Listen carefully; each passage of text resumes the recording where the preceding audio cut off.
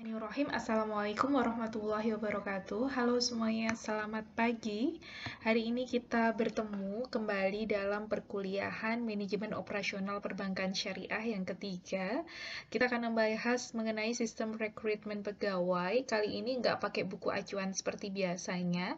Hari ini saya mengambil dari beberapa literatur yang saya dapatkan, beberapa dari Harvard Business Review, kemudian beberapa lagi dari Universitas Clark, dan lain sebagainya.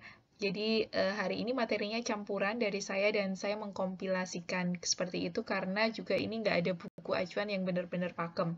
Seperti itu, mari kita mulai perkuliahan kita pada pagi hari ini. Kita mulai dari yang pertama, yaitu kita akan belajar mengenai jenis-jenis dari rekrutmen atau tipe dari rekrutmen. Ini Bu Rosana dapatkan materinya dari Manajemen Sumber Daya Insani. Dulu Bu Rosana pernah ngajar di Manajemen Sumber Daya Insani untuk perbankan syariah, terus kemudian juga sedikit wawancara dengan teman-teman Bu Rosana. Kebetulan banyak banget teman Bu Rosana yang kerja di bank, jadi nggak sulit sebenarnya untuk mewawancara mereka. Seperti itu. Yang pertama adalah open recruitment. Itu teman-teman Bu Rosana yang kerja di Bank Mandiri lewat jalur ODP dan lain sebagainya, itu biasanya lewat open recruitment yang ada di pusat kayak gitu. Terus juga kadang beberapa ada yang open recruitment di kantor cabang, biasanya untuk kasir dan lain sebagainya. Yang jabatan-jabatan yang kurang strategis sering dari rekrutmen cabang gitu. Tapi kalau untuk beberapa yang strategis biasanya open recruitment-nya ada di pusat. Seperti itu, dan untuk masuk di situ biasanya kalian harus melewati beberapa tahapan tes. Ada tes pertama, bukan tes tertulis ya. Pertama adalah tes administrasi dulu, administrasinya sudah lengkap atau belum kayak gitu ya. Kemudian nanti dilihat kamu dari mana, IP-nya berapa, dan lain sebagainya. Terus kemudian kalau nanti ada banyak banget gitu ya, terus disaring gitu, misalnya open recruitment untuk 3 orang gitu ya, terus yang daftar misalnya 100, nanti diambil 10 besar dulu. Nah, nanti yang lainnya itu kan akan disaring gitu kan ya, untuk diambil 10. Nah, nanti yang 10 itu biasanya dari urut-urutan IPK dari yang tertinggi dan lain sebagainya, atau dari hal-hal mana kayak gitu. Seperti itu. Terus kemudian setelah tes administrasi itu nanti masuk ke tes tertulis. Tes tertulis nanti setelah tersaring lagi nanti biasanya akan tes wawancara atau psikotes kayak gitu. Biasanya ada yang wawancara dulu, ada yang psikotes dulu kayak gitu ya. Ada yang psikotes dulu, ada yang wawancara dulu kayak gitu. Dan lain sebagainya kayak gitu. Setelah tes itu selesai baru nanti bisa diterima kerja di perusahaan tersebut. Seperti itu. Oh iya, sebelum diterima biasanya ada tes kesehatan juga kayak gitu. Nah, itu adalah open recruitment. Berikutnya yang kedua adalah internal recruitment. Ada juga loh rekrutmen yang internal seperti itu, jadi nggak diumumkan.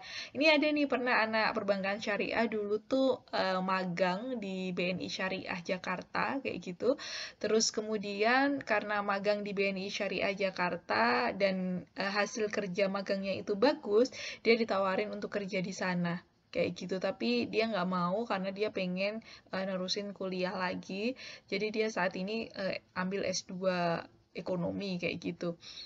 Nah, saat ini dianya jadi nggak ambil posisi tersebut gitu. Jadi ada, kalau nanti kalian magang, usahakan kalian benar-benar magang di tempat yang kalian pengen kerja di mana, terus kemudian juga kalian berprestasilah di tempat magang itu, karena siapa tahu nanti Anda direkrut setelah magang itu, karena mereka sudah tahu track record-nya kalian semua kayak gitu. Jadi harus dijaga nama baiknya, terus kerja yang sungguh-sungguh seperti itu, seolah-olah itu adalah tempat kerja kalian gitu, padahal kalian magang di situ gitu ya. Terus penting juga untuk membangun apa ya istilahnya, relasi dengan orang-orang yang ada di tempat magang. Seperti itu. Itu pentingnya karena akan ada biasanya juga internal recruitment. Yang ketiga adalah dengan rekomendasi. Jadi ada beberapa orang-orang tertentu yang dia punya tanda tangannya tuh laku kayak gitu ya, untuk merekomendasikan seseorang. Misalnya seorang dosen yang dia sebenarnya juga apa ya istilahnya kenal gitu ya dengan atau bukan kenal sih, tapi dia misalnya direksi atau ada di komisaris gitu, dia pernah jadi direksi atau dia adalah komisaris independen dari sebuah bank kayak gitu. Nah, dia bisa merekomendasikan seseorang yang kinerjanya bagus untuk bekerja di perusahaan tersebut karena biasanya prestasi anak ini bagus dan lain sebagainya. Beberapa orang itu banyak juga yang kerja di situ. Dulu kalau Bu Rosana waktu masih kuliah gitu, ada beberapa perusahaan yang justru langsung minta ke dosen-dosennya untuk rekomendasi siapa sih mahasiswa yang bagus prestasinya dan lain sebagainya yang bisa bekerja di tempat mereka kayak gitu. Jadi ini legal kayak gitu karena apa kata dosennya gitu ya, apa kata dosen biasanya itu juga yang baik juga menurut perusahaan seperti itu. Jadi perusahaan biasanya akan menyerahkan kepada kampus untuk merekrut. Terus nanti akan ada rekomendasi seperti itu. Jadi dulu di tempat kuliah Bu Rosana sering banyak teman-teman Bu Rosana yang bisa mulus untuk kerja di suatu tempat karena memang perusahaan tersebut itu menginginkannya direkrut oleh dosen-dosen dan lain sebagainya yang mempunyai track record yang baik, kemudian dia mempunyai mahasiswa yang track recordnya juga baik juga. Seperti itu. Sebelum memulai, Bu Rosana pengen cerita-cerita terlebih dahulu tentang masa depan pekerjaan atau karir di masa depan kayak gitu ya, karena nanti pada akhirnya masa depan karir di Indonesia ataupun di dunia itu akan ditempati oleh generasi Z, usia-usia kalian, dan kita perlu tahu banget generasi Z gitu atau generasi kalian gitu ya, generasi setelah milenial itu tuh seperti apa sih karakternya kayak gitu.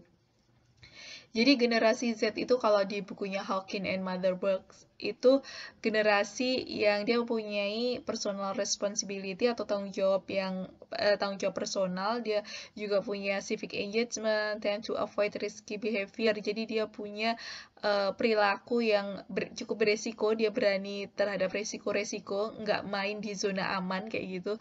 Terus dia lebih menerima diversity atau keanekaragaman, keberagaman orang-orang gitu ya.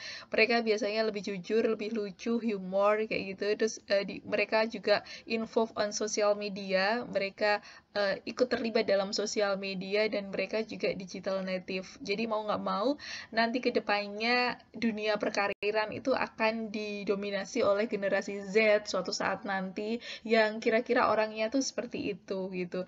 Jadi bisa dibayangkan juga nanti kira-kira pekerjaan-pekerjaan, terus konsumen, orang-orang yang bekerja itu adalah orang-orang yang dengan karakter seperti itu dan tentunya kita harus beradaptasi karena bagaimanapun juga suatu saat nanti kalian akan menghadapi masa-masa itu dan harus beradaptasi bersaing dengan orang-orang yang seperti itu gitu. Jadi harus seperti apa? Oke, kita lanjut ke slide berikutnya. Slide ini bercerita tentang lingkungan kerja masa depan itu akan seperti apa sih kayak gitu. Dan ini berusaha ambil dari narasi 2019 ke depannya kalau menurut survei mereka itu adalah berkaitan dengan digital and internet, mau nggak mau kalian harus involve di situ, terlibat di situ, ada di situ gitu ya, karena kedepannya memang lingkungan kerja kan seperti itu, lebih ke digital dan internet. Kalian mau usaha apapun, usahakan kaitkan dengan digital and internet. Terus yang kedua adalah jejak digital, itu penting banget. Coba sekarang cek deh nama kamu di Google, yang muncul apa gitu ya.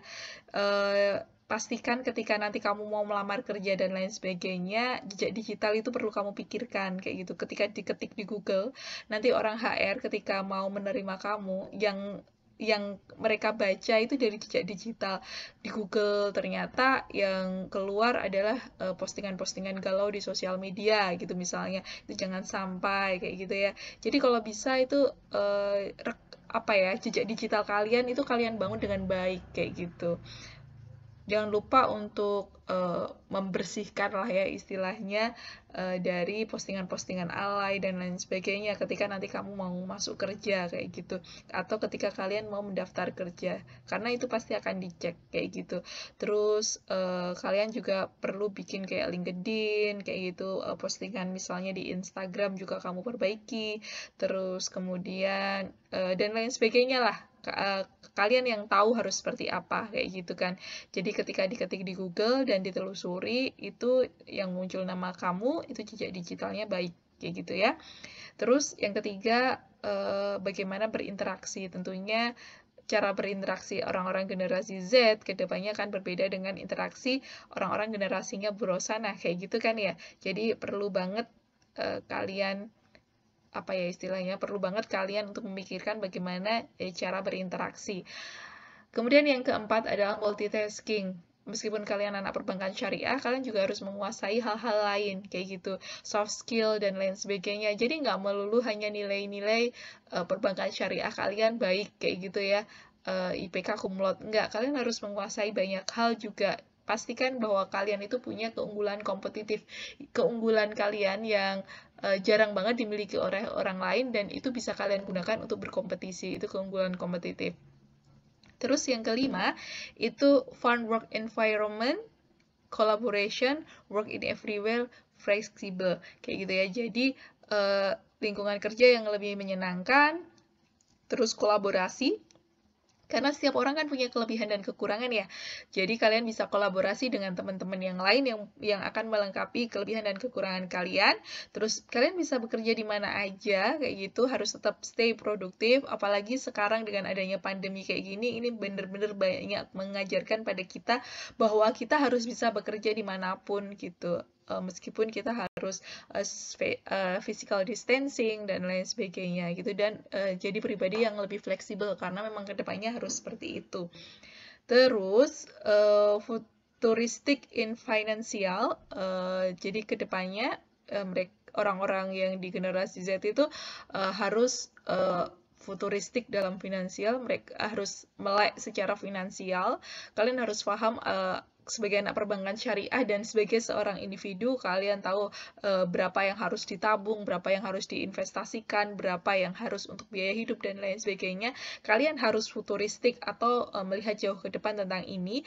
Terus bagaimana menyimpan uang dan melakukan setelah pensiun itu harus seperti apa dan lain sebagainya. Mau pensiun di usia berapa dan lain sebagainya, itu harus dipikirkan juga. Seperti itu sih ke depannya lingkungan kerja. Jadi apa yang harus dilakukan? Gitu kan pertanyaan selanjutnya. Yang pertama adalah success in study, yang kedua adalah success in preparing career. Yang pertama adalah sukses di studi. Sukses di studi tentunya ya menjalani perkuliahan ini dengan baik, dengan nilai yang optimal, kayak gitu. Kenapa ini penting? Karena syarat administrasi ketika kalian mau masuk kerja adalah ijazah, gitu. Sebelum kalian dilihat macam-macam, kalian akan dilihat dulu ijazahnya. Jadi mau nggak mau, kalian memang harus menyelesaikan perkuliahan ini, dan juga sebisa mungkin mendapatkan nilai yang baik. Bu Rosana kemarin sempat menjadi dosen PA, dosen pembimbing akademik, dan beberapa orang yang cuti biasanya ketika izin ke Bu Rosana akan menasehati mereka. Nasihatnya seperti apa?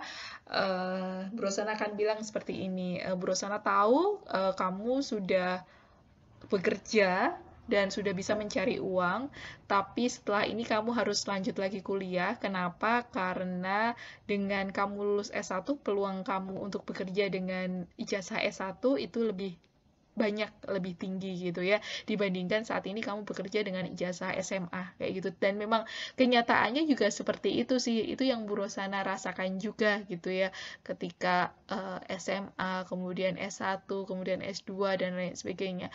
Ketika jenjang pendidikannya naik, banyak peluang yang bisa kita ambil, kayak gitu. Jadi nggak terbatas pada ijazah kita gitu. Jadi kalau misalnya kalian masih punya ijazah SMA, kalian nggak bisa melamar suatu jabatan-jabatan yang harus pakai ijazah S1. Begitu juga ketika kalian S1, kalian nggak mungkin bisa melamar yang dia tuh harus mensyaratkan S2. Jadi mau nggak mau kamu harus sukses di study. S1 ini harus selesai, itu harus menjadi komitmen kalian. Seperti itu ya. Terus yang kedua adalah success in preparing career. jadi sukses dalam menyiapkan karir, memperbanyak skill selain akademis, itu penting banget buat kalian. Menurut Bu Rosana ini juga harus dipersiapkan. Jadi kalian aktif di organisasi, entah itu organisasi kampus ataupun organisasi kampung, terus kalian mungkin ada yang mulai berwirausaha sambil kuliah, itu juga skill kalian. Terus kalian presentasi di perkuliahan, itu juga mengasah communication skill kalian, atau kalian berbicara di tempat yang lain, itu juga communication skill-nya akan terasa. Kalian menulis, membuat paper, menulis ini, menulis itu, atau menulis di media massa, itu juga melatih writing skill kalian, kemampuan menulis kalian. Kalian banyak membaca buku, itu juga mengasah reading skill kalian, dan berbagai macam skill-skill lainnya. Jadi, kalian harus mempersiapkan untuk sukses dalam studi dan sukses dalam menyiapkan karir. Kita bahas dulu mulai dari yang pertama, yaitu success in study. Yuk, kita bahas. Oke, berikutnya kita akan mulai dari skill yang harus dimiliki oleh mahasiswa gitu ya di kampus. Berusaha ambil dari Clark University. Yang pertama adalah time management. Tentunya kalian supaya sukses dalam studi harus bisa memanage waktu, kapan main, kapan belajar, kapan baca buku, kapan harus organisasi, dan lain sebagainya gitu ya. Itu adalah sebuah seni mengatur waktu. Kemudian yang kedua adalah stress management. Tentunya di saat pandemi ini stress management ini sangat terasah sekali kayak gitu ya, karena ini kan usia kalian itu lagi seneng main, lagi seneng ketemu teman-teman dan lain sebagainya, tiba-tiba harus kuliah daring gitu ya, semuanya serba daring, virtual dan lain sebagainya. Tentu ini butuh skill tertentu gitu ya, skill tersendiri gitu untuk memanage ini gitu ya, supaya tetap waras gitu. Oke, berikutnya adalah study skill. Study skill itu adalah gabungan dari macam-macam ya, dari skill belajar gitu, memahami sesuatu, kemudian skill membaca, skill menulis, skill berkomunikasi ketika presentasi gitu ya, skill memparafrasekan ketika tulisan atau literatur kalian berbahasa Inggris, kemudian kalian harus mengkomunikasikannya dalam bahasa Indonesia, itu juga butuh skill tersendiri kan ya, seperti tugasnya Bu Rosana kayak gitu. Nah, itu semuanya adalah dalam rangka melatih skill kalian kayak gitu. Ya, terus kemudian yang keempat adalah money management, adalah skill mengelola keuangan. Itu pasti juga skill kalian, ada yang mengelola keuangannya juga sambil kerja, sambil mengatur mana untuk biaya hidup, mana untuk bayar SPP atau UKT, mana untuk biaya main gitu ya, terus biaya pulsa dan lain sebagainya ketika subsidi kuota belum turun dan lain sebagainya. Nah, itu juga perlu manajemen keuangan. Terus kemudian adalah assertiveness skill atau skill ketegasan kayak gitu ya. Kalian harus tegas kapan A, kapan B, tegas pada diri sendiri dan pada orang lain, pada keadaan dan lain sebagainya. Terus kemudian well development self-care skill. Self-care, orang-orang biasanya pada bilang self-love kayak gitu, tapi Bu Rosana lebih seneng pakai self-care. Jadi care pada diri sendiri gitu ya, tahu apa yang harus dilakukan untuk dirinya sendiri kayak gitu. Jadi dia peduli pada dirinya sendiri gitu, dan itu butuh skill gitu ya. Banyak orang yang nggak ngurus pada dirinya sendiri kayak gitu-gitu. Nah, di kuliah ini kalian juga harus bisa mengasah self-care skill ini. Terus kemudian keeping safe and avoiding risky behavior, karena apalagi generasi Z gitu ya, generasi setelah milenial, kalian itu orang-orang yang berani mengambil risiko yang lebih dan keluar dari zona nyaman, tapi bagaimana kalian tetap aman kayak gitu, keeping safe dan terhadap hal-hal yang berbau resiko gitu ya. Kalian harus paham ini gitulah. Kalian sendiri yang bisa mengukurnya gitu, dan ini diasah ketika kuliah juga. Terus seeking assistant when needed, melihat kapan harus dibantu oleh orang lain ketika itu dibutuhkan gitu, kapan kalian butuh pertolongan dan lain sebagainya. Terus respect pada rules and policies, jadi kalian harus patuh gitu ya pada aturan dan kebijakan-kebijakan yang berlaku. Itu juga ketika kuliah kalian belajar tentang itu kan ya. Jadi istilahnya kalau dalam bahasa Jawa rasa kepenake dhewe gitu. Jadi nggak kepenake dhewe itu bahasa Indonesianya. Nggak semaunya sendiri kayak gitu kan. Nah, terus berikutnya adalah displaying honest integrity and perseverance. Jadi lebih ke jujur, terus juga berintegritas gitu ya. Kalian punya integritas.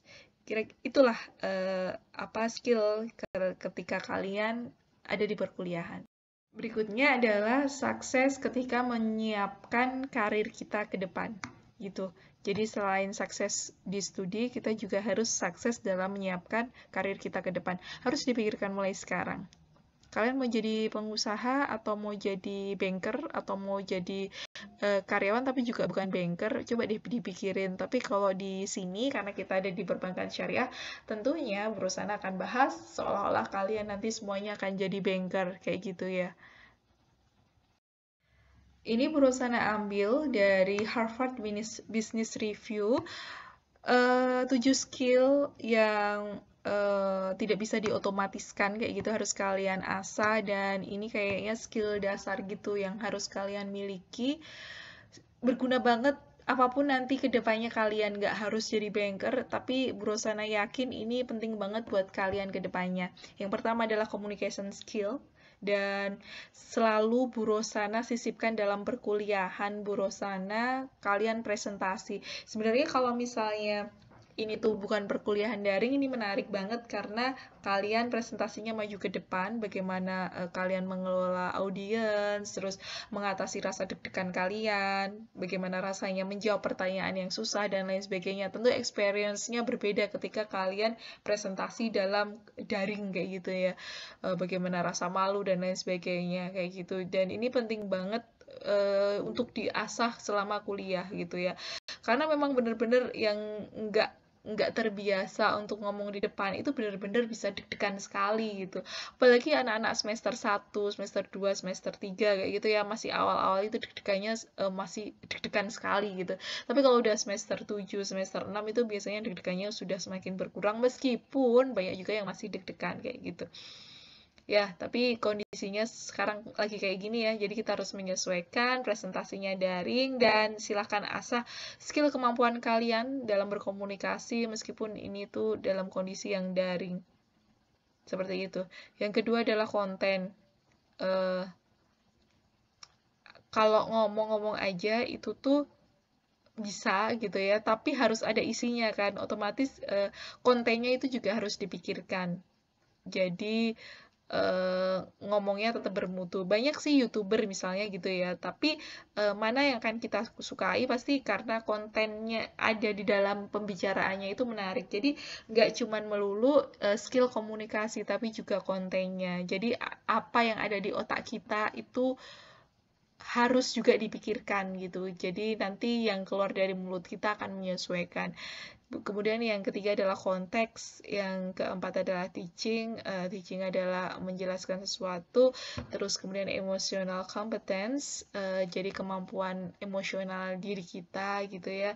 Terus connection gitu ya, berkenalan dengan banyak orang, membangun relasi dan lain sebagainya. Kemudian etik, sopan santun dan lain sebagainya itu juga penting untuk kalian persiapkan. Dan ini adalah skill dasar yang harus kalian kuasai gitu, apapun nanti kedepannya kalian mau jadi wirausaha, mau jadi banker, ataupun mau jadi karyawan yang bukan bank. Ini sangat penting banget buat kalian. Terus kalau mau kerja di bank, seperti apa dong persiapannya? Kayak gitu. Apa yang harus kalian persiapkan? Yang pertama adalah kalian harus bisa talking confidently and without self-doubt. Jadi kalian harus percaya diri dan tanpa rasa takut. Ini Bu Rosana pernah ngajar mata kuliah namanya Praktikum Pengembangan Profesi yang sekarang udah dihapus dari silabus dari perkuliahannya PS kayak gitu. Dan kalau ngomongin confidently ini, bagaimana Bu Rosana bisa apa ya, mencontohkan dan bisa menguji kalian seberapa confident kalian tampil di depan, dari cara berjalan, cara menatap, cara ini, itu sebenarnya akan sangat menarik ketika dibicarakan di kelas yang offline kayak gitu ya, dipraktekkan gitu ya sama kalian-kalian semua, dan ini menjadi pembahasan yang menarik kayak gitu, karena